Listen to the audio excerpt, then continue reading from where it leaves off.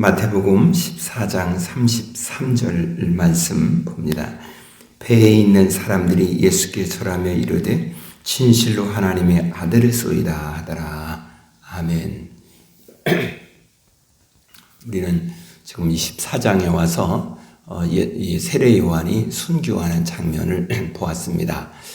그리고 이 오병이어의 이적의 역사를 보았습니다. 그리고 이 배를 타고 제자들이 벳세대로 가다가 풍랑으로 인해서 바람이 거셈으로 앞으로 전진하지 못하고 어려움을 겪고 있는 그런 모습 속에 주님이 오시는 장면, 그리고 주님이 오심으로 인해서 이 거센 바람이 잔잔케 되어지는 장면을 보았습니다. 그런 과정을 쭉 보면서 오늘 33절을 봅니다. 어느 면에서는 이 말씀은 14장의 결론적인 말씀이다 해도 이렇게 과언이 아닐 그런 것으로 볼 수가 있습니다. 왜냐하면 이 말씀, 이것이 나중에 가면 예수가 누구냐? 나는 예수를 어떻게 생각하고 어떻게 믿고 어떻게 고백하느냐? 이것이 이제 이 마태복음이라든지 누가복음, 마가복음, 요한복음 모든 것의 결론 부분에 가서 정리를 내려주고 있지요. 그래서 이제 요한복음 같은 경우는 예수 그리스도가 하나님 우리를 구원하는 구주이시고 그 예수로 말미암아 영생을 얻는 이 모든 것을 우리에게 알게 하려고 하는 것. 이게 요한복음의 중요한 내용이잖아요. 그리고 이 마태복음에도 역시 마찬가지입니다. 예수가 누구냐라는 것입니다. 그리고 나는 그 예수를 어떻게 어떻게 믿느냐, 어떻게 생각하느냐, 이게 참 중요한 것입니다. 자, 우리는 우리의 삶 속에서 바로가 예수가 나와 어떤 관계이냐, 예수님이 누구냐, 이 고백이 바르게 되어져야만이 우리가 바른 신앙생활을 할 수가 있지요. 그러니까 아무리 우리가 교회에 나와서 많이 예배를 드리고 이런저런 많은 것을 한다 할지라도 예수가 누구냐에 대한 고백이 바르게 되어지지 않으면 흔들리죠. 그렇잖아요. 자, 그러면 오늘의 말씀을 보면 이렇게 말씀이 전개됩니다. 배에 있는 사람들이, 그들이 누굽니까? 예수님 제자들이잖아요. 그들이 오병이어의 이적의 역사도 체험한 사람들이고, 그리고 그들이 예수님의 말씀을 따라서 배를 타고 가다가 바람이 거세게 불면서 고통을 당했던 그러한 일을 체험한, 그리고 그런 가운데서 주님이 바람을 잔잔케 하시는 놀라운 역사를 체험한 그러한 사람들이잖아요. 자, 그래서 배에 있는 사람이라는 말은 예수를 만나고 예수님의 은혜 가운데 예수님의 말씀을 체험하는 사람들, 그 이야기인 것입니다. 자, 그렇다면 이들의 무슨 이 배에 있는 사람이라는 말을 통해서 우리가 유추해서 생각을 해볼 필요가 있지요. 그것은 예수님과 함께 지금 가고 있는 그 사람들, 이들이 왜 말이야? 그렇다면 그들이 누굴까? 오늘 우리지요. 우리. 그 예수님과 함께 가고 있는 사람들이 오늘 우리다 이 말이죠. 근데 그들이 예수께 절하며 말을 하는 것입니다. 자, 그런데 여기서 절했다라는 것, 이게 이제 우리들은 그냥 절한다라고 하니까 그냥 이렇게 생각할지 모릅니다. 그러나 이 당시에 이 그에게 절한다라는 것은 어마어마한 이야기입니다. 이 로마의 그 황제가 그 황제의 신상을 만들어 놓고 그 앞에 절하라고 합니다. 그러면 그냥 존경의 표시로 하면 되지 이렇게 생각할 수도 있을지 모르죠. 그러나 이게 절한다는 얘기는 신적인 의미가 담겨져 있습니다. 내가 당신을 신으로 믿습니다. 고백합니다. 이런 의미가 이 안에 담겨져 있는 거죠. 그렇기 때문에 성경을 한번 잘 보면은 이 부분 때문에 때로는 목숨을 잃어요. 순교해요. 이것 때문에. 다니엘서 같은 데 보면은 다니엘의 친구들이 이 부분 때문에 풀무불 속에 들어갈 수밖에 없는 상황이 되잖아요. 아니, 뭐 저런 분 하면 뭐 이렇게 대단히 뭐 이렇게 중요하며 아니거든요. 그것은 그 왕을 신으로 숭배하는. 그러면 내가 지금 하나님을 신으로 믿는데 또 다른 것을 신으로 두 개를 같이 신으로 숭배할 수 있느냐? 그건 없는 거예요. 그렇게 할 수는. 그러니까 이 황제를 신으로 숭배하고 절한다는 것은 하나님을 떠난다는 의미가 되는 거예요. 아니, 지금 우리의 정서야 뭐 각자 여러분 다 느낌이 다를 수 있습니다만 이 말씀이 기록될 당시의 정서라는 말이죠. 그런데 이 배 안에 있는 자들이 이제 예수께 절했다는 이야기, 이것은 그동안에 예수 그리스도가 하시는 말씀, 이게 다 종합되는 거죠. 예수님이 하신 모든 이적, 예수님과 함께 삶의 곁에서 예수님의 모든 걸 다 지켜보는 거예요. 같이 경험하고 같이 체험한 자들 아닙니까? 그들이 오늘 말씀에서 절했다라고 하는 거죠. 그래서 이 절했다, 이 단어가 어떤 단어로 쓰냐면 프로스큐네오라고 썼어요. 프로스큐네오.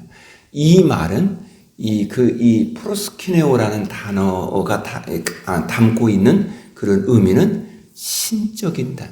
신으로 이제 고백을 했다. 이런 이야기인 것입니다. 이 말이 지금 많은 군중들이 그들이 예수님을 따르는 것입니다. 그렇죠. 마태복음 8장에도 그랬잖아요. 그리고 여기에서도 이제 많은 5,000명이나 되는 사람들이 모였었잖아요.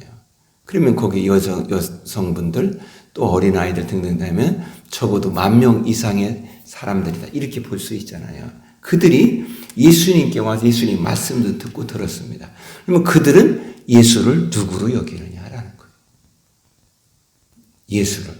그들은 지금까지 그저 한 예수를, 이분이 우리의 왕이, 그래서 이 나라 로마 정부에서 우리를 이 주권을 회복하고 이렇게 해서 이 나라를 이제 정치적으로 독립시키는 그런 분으로 생각을 할 수 있거든요.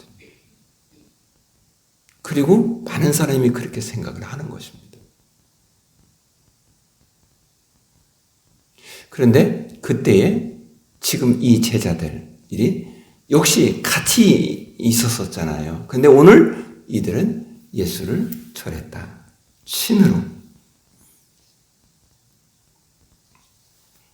그리고 15장에 가면은 장로들과 예수님이 논쟁하는 장면이 나옵니다.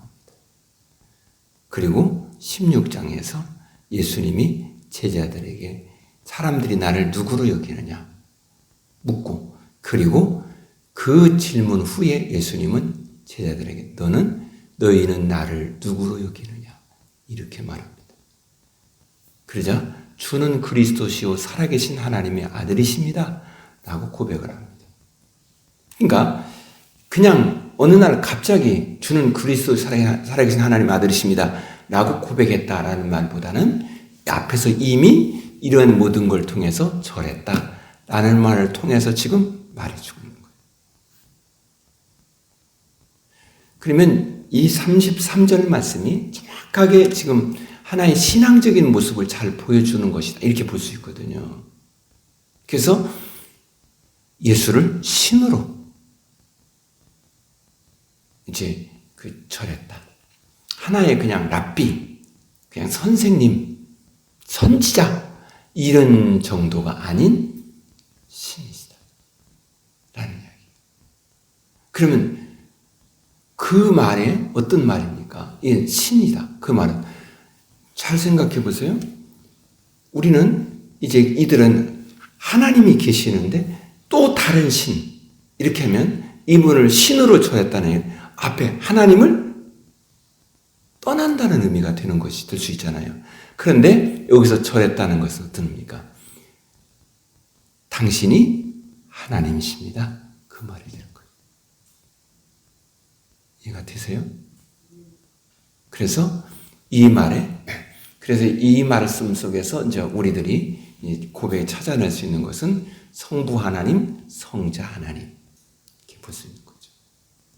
자, 그런데 그렇게 말을 하고 그 뒤에 이렇게 말하죠. 진실로 하나님의 아들을 쓰이다. 그럼 이 사람도 이상하잖아요. 앞에서 이러고 또 하나님의 아들입니다라고. 이 말은 여기서 하나님의 아들이라는 개념 속에는 이런 말입니다. 우리가 하나님이신데 그 아들로 태어났다라는 그런 말이 아니라 하나님께서 우리에게 언약하신 언약이 있어요. 언약. 그 언약을 누가 이루느냐는 것이죠.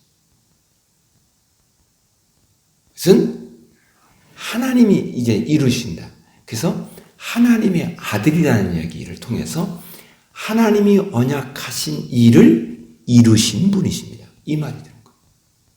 이 말이. 그래서 주는 그리스도시요 살아계신 하나님의 아들이십니다라는 이야기는 바로 이 고백과 같은 의미와 우리는 이해할 수 있는 것입니다. 그러니까 예수 그리스도는 우리를 구원하시는 구세주, 신이십니다. 그런데 우리 신이신 구세주이신 예수 그리스도는 하나님이 본래 우리에게 언약하신 언약을 당신께서 언약하신 언약을 이루시는 분이십니다. 이 말이 되는 거예요. 지금 이 제자들이 절하면서 그 고백을 하고 있다라는 것입니다. 참 놀라운 신앙 고백입니다. 이 고백 속에서. 그러니까 어느 면에서는 14장을 통해서 지금 예수가 누구인지를 정확하게 밝혀주고 있는 그런 장면. 그런데 우리가 여기서 생각을 해봐야 돼요. 그러면 이들이 이렇게 신앙을 고백했으면 끝까지 그 신앙을 고백하며 이렇게 살았나? 우리가 가장 비근한 예로 이제 야고보와 어머니가 이제 올라가면은 우리 아들들을 이제 하나는 좌편에 우편에 앉게 해달라고 그러니까 또 밑에 있는 제자들이었대. 그 말을 질투가 나서 막 서로 그랬대. 그런 장면이 있었잖아요. 그리고 그뿐입니까? 또 예수님이 잡히실 때였대요. 도망가 버리잖아요. 그러죠? 다 도망가 버리잖아요. 그리고 예수님 신문 받는 현장이었대요. 모른다고 하잖아요. 아니 지금 이들은 여기에서 절하고 하나님이 당신은 진실로 하나님의 아들이십니다라고 신앙 고백을 했잖아요. 여기서 이렇게 한 것이 아니라 나중에 16장에 가면 또 고백을 정확하게 하잖아요. 그렇죠? 한 번만이 아니거든요. 몇 번을 이렇게 고백하는 모습이에요. 그런데 그들이 질투도 하고 그들이 도망가기도 하고 때로 모른다고 하기도 하고 그러더라는 것입니다. 그래서 마태는 이런 걸 통해서 우리에게 한 가지 말해주려고 그러는 것이 있어요. 그것은 예수를 우리가 고백하는데 지식으로 고백하면 넘어질 수 있어요. 지식으로 고백하면. 왜? 지식으로 했다면. 그러니까, 보니까 내 지식으로 내 마음이 안 들어. 내가 원하는 것이 아닌 것 같아. 그러면 마음이 획 움직일 수가 있다. 이 말이죠. 그래서 마태는 이 말씀을 위해서 그 뒤에 내가 끝까지 함께한다 라는 말. 마태복음 제일 뒤에 나오잖아요. 끝까지 보라스는 끝날까지 내가 함께하겠다는 말을 통해서 그럼 어떻게 함께하느냐? 그래서 사도행전으로 넘어가는 것입니다. 그 예수가 끝까지 어떻게 우리와 영으로 오셔서 함께하죠. 그래서 이 마태는 지금 여기에서 우리에게 말해주려고 그러는 거예요. 예수 그리스도를 고백하는데 지식으로 우리가 고백을 하게 되면 우리의 의지로 고백을 하게 되면 그것은 상황에 따라서 우리의 고백이 흔들리고 그럴 수 있다는. 그런데 예수를 내가 고백하는 이 고백이 성령의 인도하심, 성령의 역사하심을 따라 고백하면 흔들리질 않아요. 그 베드로는 나중에 어때요? 순교당하는데 그 상황까지도 예수를 고백하잖아요. 모든 제자들이 다 끝까지 그 길을 다 순교하는데 끝까지 순교하면서까지 예수를 오늘 말한 것처럼 고백한 구주로 고백하잖아요. 누가 그렇게 했어요? 성령께서 그들의 마음을 붙들어줘요. 그래서 오늘 말씀에 우리가 하나님께 기도할 것이 그것입니다. 주님은 나를 구원하시는 구주이십니다. 내가 구원받아 하나님의 자녀가 되는 이 모든 건 예수 그리스도 당신으로 인해서 되어진 것입니다. 그리고 예수님은 본래 언약하신 언약을 하나도 어긋남이 없이 그대로 다 이루어서 우리를 구원하시는 구주이십니다. 그리고 그 언약하신 언약은 앞으로 주님이 다시 오신다고 말씀하셨는데 그 말씀도 그대로 이루실 걸 내가 믿나이다.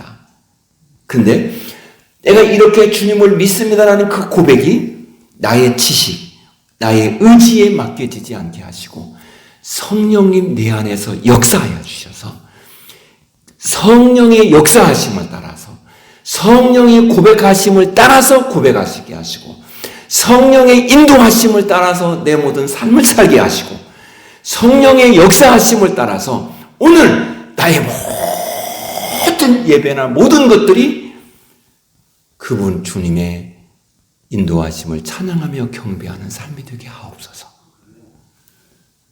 우리가 그 주님을 고백하는 자가 되기를 원합니다. 주님을 의지하며 그렇게 살기를 소망하기를 우리 원합니다. 그러기에 이 말씀을 통해서 우리가 내리는 결론 그렇습니다. 내 안에 오신 영으로 오신 주님을 내가 환영합니다.